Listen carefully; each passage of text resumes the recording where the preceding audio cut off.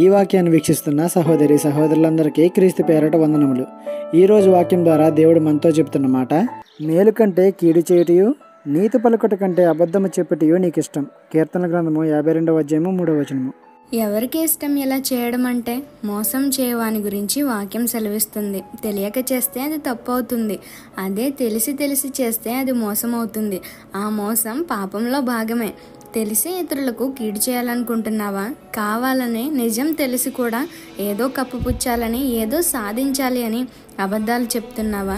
నువ్వు చేసే ఈ చిన్న మోసమే నిన్ను పాపంలోకి నడిపిస్తూ దేవునికి దూరం చేస్తుంది. జాగ్రత్త. నీ గురించి దేవుడు ఈ విధంగా మాట్లాడే స్థితికి తెచ్చుకోకు. ఎప్పటికైనా నువ్వు ఎలాంటి పరిస్థితుల్లో ఉన్నావో గ్రహించుకొని మార్పు చెందు. దేవుని చెంత పశ్చాత్తాపడు.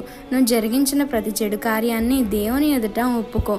నా యేసే నిన్ను క్షమించడానికి సిద్ధంగా ఉన్నాడు. మరి నూతన జీవితం కోసం నీవు సిద్ధమేనా? ఈ చిన్న సువార్త పరిచర్యలో మీ సహోదరులు. God bless you. ఆమేన్.